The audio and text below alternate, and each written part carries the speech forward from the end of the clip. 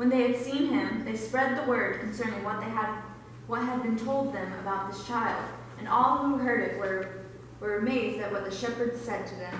The shepherds returned, glorifying and praising God for all the things that they had heard and seen, which were just as they had been told.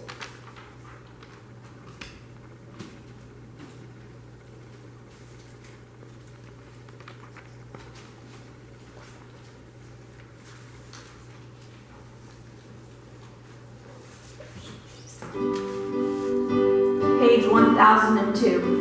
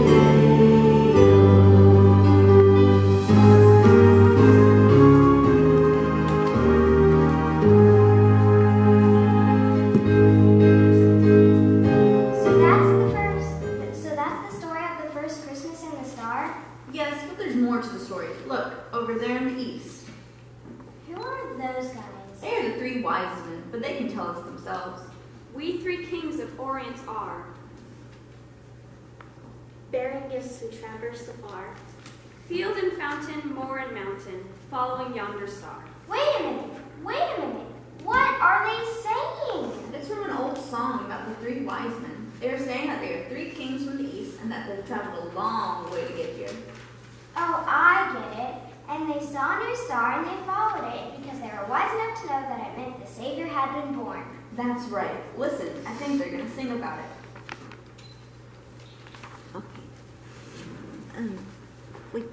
There was a page with the song in the back.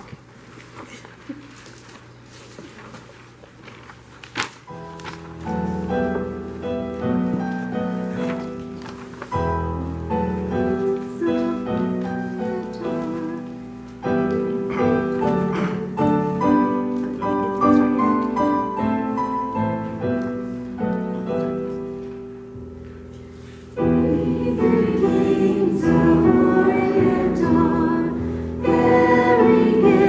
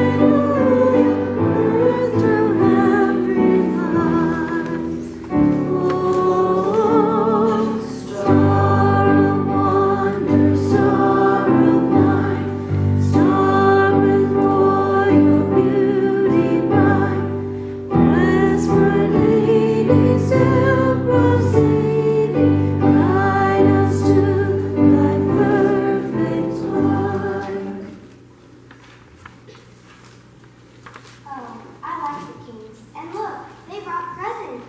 Who are they for? The gifts are for the baby Jesus. They are gold, frankincense, and myrrh. Gold because Jesus is the king, frankincense because he is the high priest, and myrrh because of his sacrifice. Hey, where are they going? Bethlehem's over there. Hey, fellas, you're going the wrong way. The baby's over there. They're going to Jerusalem, to the palace, to look for the King of the Jews. But why? The baby's in Bethlehem, over there. He was born in a stable. They went looking for the baby king in a palace, but they didn't find them Who there. did they find? Well, unfortunately, they met an evil man named Herod, who was the local ruler. Where is the one who has been born King of the Jews? We saw his star in the east. And we have come to worship him. When Herod heard all of this, he was greatly distressed, and all of Jerusalem with him. He called in the Jewish chief priests and the teachers of the law and asked them where the Messiah was to be born. In Bethlehem in Judea, for this is what the prophet has written. But you, Bethlehem, in the land of Judea, are by no means least among the rulers of Judah. For out of you will come a ruler who will be shepherd of my people. Go to Bethlehem and search carefully for the child. As soon as you find him, come and tell me, so that I may come and worship him too. So the wise men went on their way, and the star they had seen in the east went ahead of them, until it stopped over the place where the child was. When they saw the star, they were overjoyed. On coming to the house, they saw the child with his mother Mary, and they bowed down and worshipped him. Then they gave him their gifts and went back to their own countries. But having been warned in a dream not to go back to Herod, they went home a different way. Why didn't they go back to see Herod? Because Herod didn't really want to worship Jesus. He wanted to destroy him. That's horrible. Yes, it is. What happened to baby Jesus? An angel was sent to warn Joseph in a dream to take his family away to Egypt, where they would be safe. They escaped into the night before Herod found them. That's wonderful. Is that the whole story? There's a little more. When it was safe to return, the child Jesus and his family traveled back to Nazareth, where he was raised. Jesus was the Son of God, and he did all the things that were prophesied about him. He lived a perfect life and died on the cross for all sin, and rose again to live forever. Now he sits at the right hand of God the Father, and one day he will come to judge the world. That's amazing. And how do you know all of this? Oh, I saw it all from up there in the sky, for you see, I am the new star that appeared that night. Really? You are the new star? But you are so old. So is the story, over 2,000 years old, but it is still as true today as it was on that very first Christmas, and that's why we still celebrate Christmas today. That's amazing. Thank you for telling me the stories. I think I will shine a little brighter now that I know all this. Well, you know what King David said? The heavens declare the glory of God, the skies proclaim the work of his hands. Day after day they pour forth speech, night after night they display knowledge. There is no speech or language where their voice is not heard. Their voice goes out into all the earth, their words to the ends of the world. Yeah, well said. Hey, is that the same King David? Yes, King David, the ancestor of Joseph, the one who was born in Bethlehem all those years ago. Wow, I like that guy. He has a real way of words. Okay, so what now? Looks like it's time for another song. And cookies? I love cookies. Yes, we'll get you some cookies. Come on.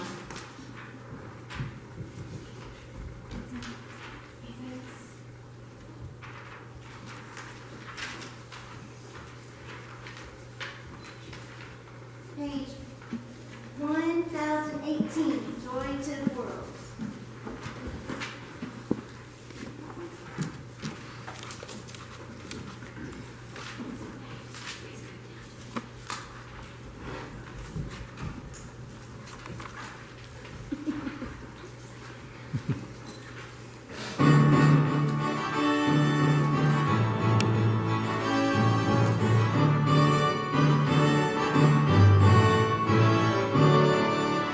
Joy to the world.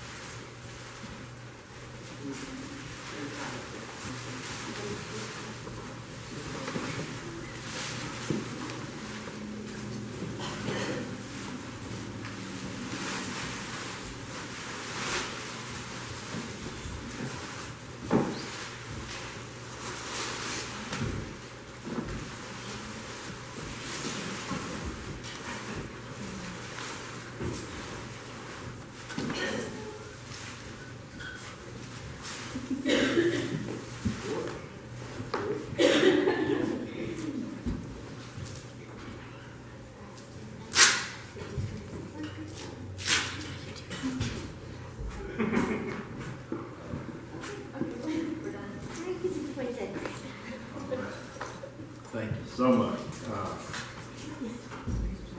Either one. Thank you so much, Ms. Shelby, young people, David. Thank you so much. I think you did a great job. I think it was a wonderful presentation of the gospel message. And so I'm not going to preach, but I do have something I want to read to you. And so if you would, just for a moment, I'd like to read. And this has been on the internet. It's been around for a long time. You may have already heard it. But it's simply titled John 3:16. And here's the story. A young man was selling newspapers on the corner. People were in and out of the cold because it was so cold. He huddled up and didn't sell many papers. He walked up to a policeman and said, "Mister, you would have to know where a poor boy can find a warm place to sleep tonight, wouldn't you? You see, I sleep in a box up around the corner there, down the alley, and it's awful cold in there tonight. So would there be it would be nice to have a warm place to stay." And the policeman looked down at the little boy and said, "You go down the street to that white house and knock on the door. And when they open the door, you just say, John 3:16. The lady said, and so he walked down the road, he walked up the steps, he knocked on the door, and the lady answered, and he looked up and said, John 3:16. The lady said, "Come in, son." She took him in, sat him down in a split bottom rocker in front of a great big old fireplace, and she went on. The boy sat there for a while and thought to himself, John 3:16. I don't understand it, but it sure makes a cold boy warm. Later she came back and asked, "Are you hungry?" And he said, "Well, just a little. I haven't eaten for a couple of days. And I guess I could stand a little bit of food." And the lady took him into the kitchen and set him down to the table of wonderful food. And he ate until he could eat no more. Then he thought to himself, John 3:16. Boy, I sure don't understand it. It sure makes a hungry boy full. She then took him upstairs to a bathroom in a shiny bathtub filled with warm water.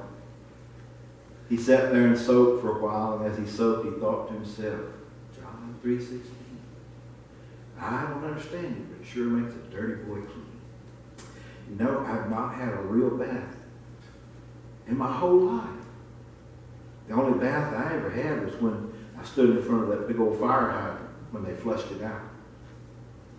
The lady came in, took him to a room and tucked him into a big old feather bed, pulled the covers up around his neck and kissed him goodnight, turned out the light. As he lay there in the darkness, he looked out the window. The snow was coming down, and that cold night he thought to himself, John 3:16. I don't understand it, but it sure makes a tired boy rest. The next morning the lady came back and took him down again that same big table full of food.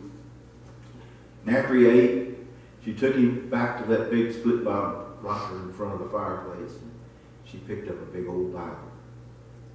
She sat down in front of him and looked him in the face and says, Do you understand John 3:16? He replied, No, ma'am, I don't. The first time I ever heard was last night when that policeman told me to use it.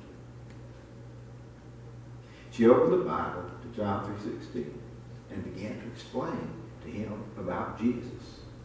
So we know that the story of John 3:16 is not just about the cross, but it's also about the birth, because the cross would be impossible without the birth. And so God gave his son. You know, we know that John 3:16, where God so loved the world that he gave his only begotten Son, that whosoever believeth in him should not perish, but have everlasting life. So we know that Jesus was in heaven, experiencing all the joy and the beauty of heaven, and he left that behind to come to a dirty stable, such an humble beginning. He sacrificed all of heaven and all of the beauty and the glory and the pleasure of heaven to come and live a human life, to experience life as we all experience life, so that whenever he died upon the cross, he knew what he was doing. That he was dying for our sins. He knew our sins. He knew our souls. He knew our trouble and our turmoil. And he took all that to the cross with him. that he might die on the cross, that we might be spared all of that. So we know that as she explained this to him, the story from the Bible, the truth about Jesus Christ, and as he sat before that old fireplace and she explained it and made real to him the truth about Jesus Christ, he gave his heart and life to Jesus, and so started a walk to find a better way as he trusts and obeys. He sat there and thought, John 3:16, I don't understand it, but it sure makes a lost boy feel safe and content. Let's bow in prayer. Father, we come again and we thank you for your word. We recognize the power of your word. And then when your word is applied to the hearts and the lives of your people, it makes a difference in the hearts and the lives of others. And so as we celebrate Christmas this year, let us truly celebrate the Christ in Christmas. The John 3:16, the Son that came, that loved us, and that loved us with such a great love that he sacrificed all that we might know him, that we might know his Father, and that we might know eternity in his presence. We ask for forgiveness of our sins. We ask your blessing upon all together. We ask for all this in Jesus' name. Amen. You're dismissed.